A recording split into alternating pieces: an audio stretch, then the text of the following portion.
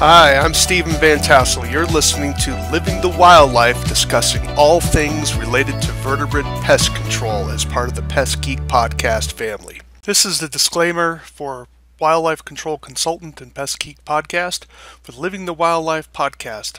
Always follow national, state, provincial, and local laws when using pesticides and or other control methods to manage pests.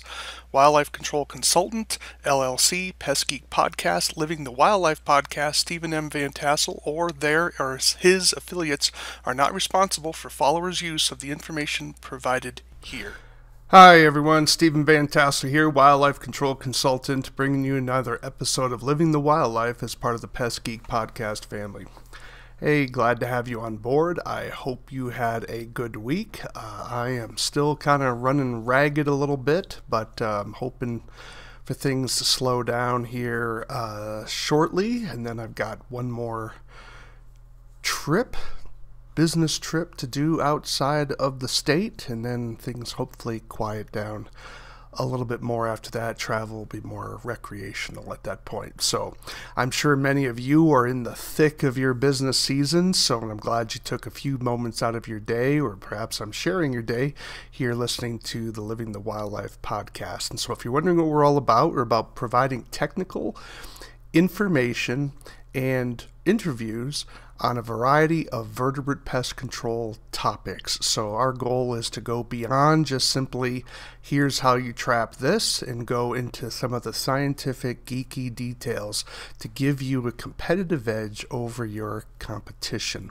So hope that you enjoy it. If you want to reach out to me, I'd love to hear from you. You can reach me at wildlifecontrolconsultant@gmail.com, wildlifecontrolconsultant@gmail.com. Love to hear from you, thoughts, comments. And of course, we do hope you subscribe to the channel, ring the bell, and make sure you're kept up to date. I typically publish about once a week. If you're looking to get information faster, definitely check out my page at the Wildlife Control Consultant on Rumble, where I sometimes post a little bit more frequently, or you get the material earlier, I should say. All right, well, this week I wanted to talk a little bit about the gopher hawk. Now, some of you out there, of course, not enough of you, but ultimately pocket gophers exist over maybe a third to a half of the United States, so they're not found everywhere. Those of you in the East typically don't have pocket gophers, but nevertheless, if you're in the Great Plains going west, you will probably encounter pocket gophers. Pocket gophers are a fossorial animal that lives below ground and creates large mounds. So they eat the roots of plants. They also come to the surface and clip plants and bring them down to their burrow systems. They are a huge problem for people, particularly alfalfa growers and those who are trying to grow forests, because pocket gophers ravage those particular areas. It's amazing the amount of soil this animal can move in a year. So I think one estimate was around a ton of soil for an animal that may be only 6 to 9 inches long, depending, I guess, on what species you're looking at. So it's an amazing creature, but they are the bane of the existence for many producers, and of course people that want to have, beautiful lawns and they don't want mounds of soil everywhere. So how do you control them? Well, one of the options, of course, is toxicants. There are toxicants available to control pocket gophers, but a lot of people either don't want to get a pesticide license or they don't want to use pesticides. Not all pesticides are restricted use for pocket gophers. In fact, the vast majority of them are not, at least at this time. But so others, just for whatever reason, would rather use traps. And so one of the challenges with using traps with pocket gophers is the problem of how do you do it efficiently. It's very time consuming. And let me kind of bring my my PowerPoint up here shortly. Just want to kind of show kind of what that looks like here. So if you're using one of these other traps, and let me show one of these. So if you're using one of these traps, particularly the ones on the right, it's not a criticism of the trap, by the way. I mean, they're fine traps, but when you're putting them in the ground, you have to come up to the trap directly. And these are the ones I'm talking about here, the Maccabi, Gophinator, DK1s, the ones that slide into the burrow. How do you check them quickly and easily? You have to dig them out. If you caught a pocket gopher, a lot of times the hole was already plugged, even if you caught one. And then, of course, it's sometimes plugged and you haven't caught one. So it can be quite time-consuming, to say the least. Now, there are other traps on the market that trap on the outside of the burrow, where you brings that pocket gopher closer to the surface, things like the black hole or the DK2.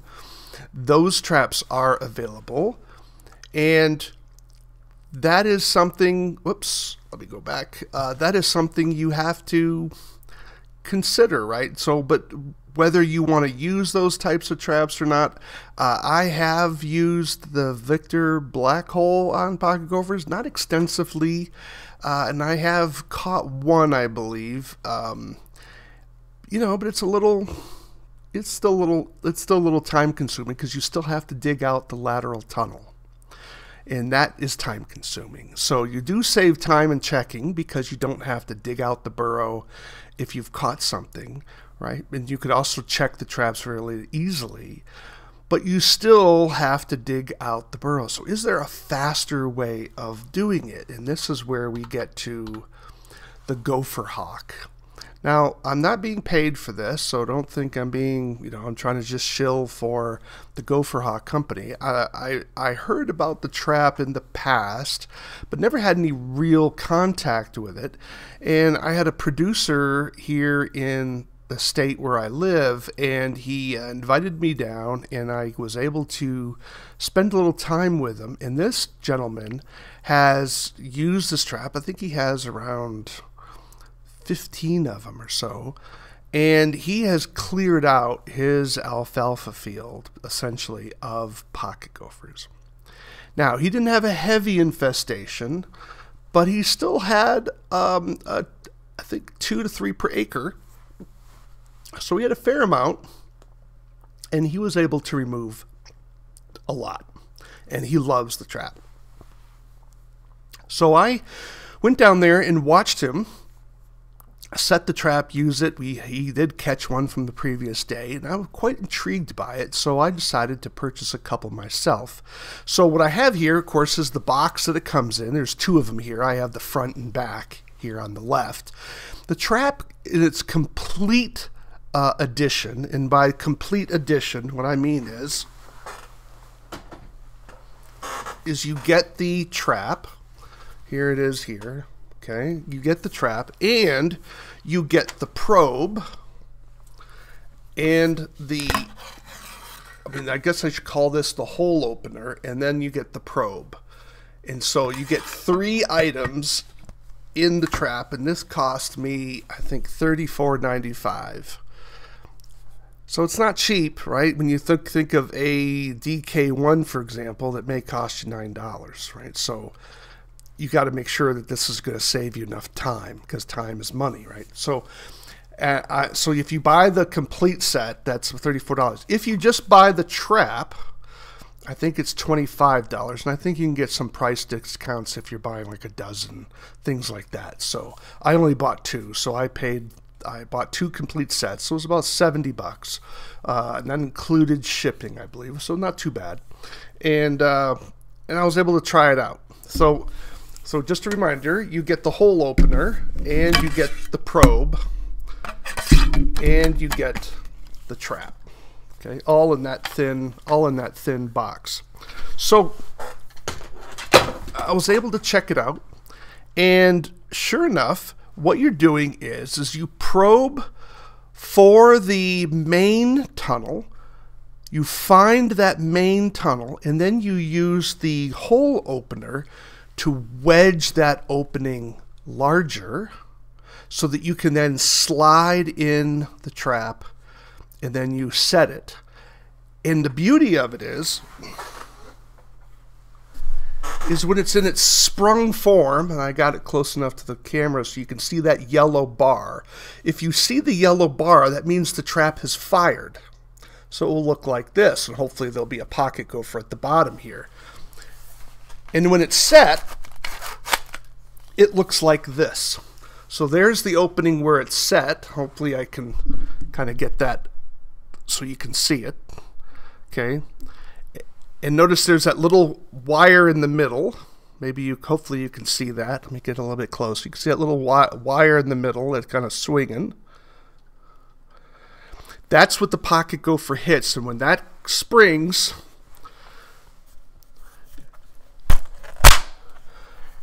then the spring comes up, closing the trap. Notice how my wire catcher is gone now. So it's back inside the cylinder. And you can see this yellow bar at the top. So you don't have to dig anything up to see if the trap has been fired or not. And I tell you, setting this trap is so fast.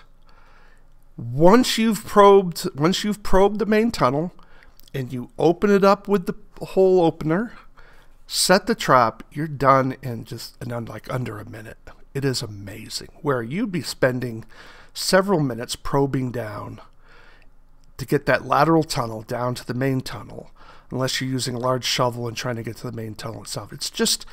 It's so less intrusive to the soil and so much less energy involved. Now, you are paying a premium for the trap, to be sure, but it is so easy. And setting it just means you hold it in one hand like this, and then just push the other side like this, and you do it quickly, and voila, the trap is set.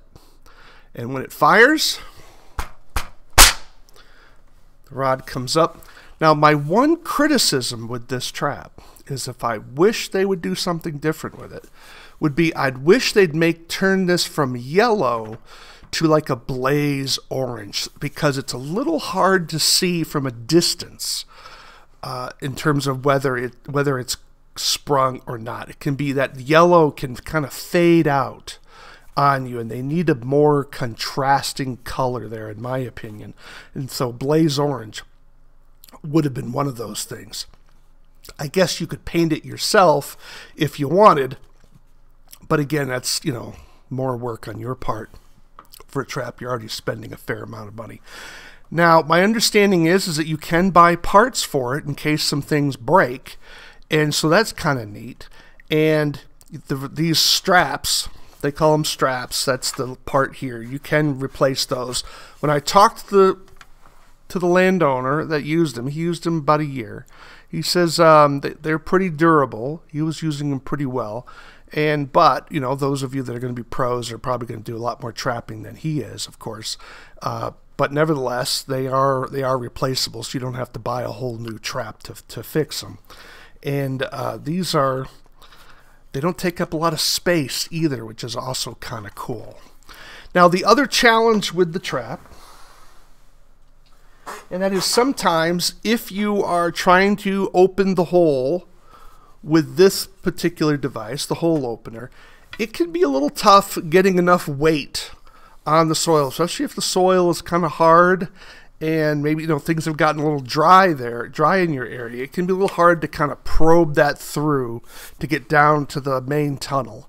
Using the thin probe, of course, that's a piece of cake. This is a very convenient probe to find the main tunnel, to be sure. But in terms of pushing down, it would be nice if there was a little more heft to this to give you that weight, and perhaps if it was tapered a little bit more so you could then get some traction. The problem is they have to balance the tapering in order to, so that you don't make the trap go too far down, because you need to get the trap positioned in the main tunnel so that the pocket gopher hits that little trigger.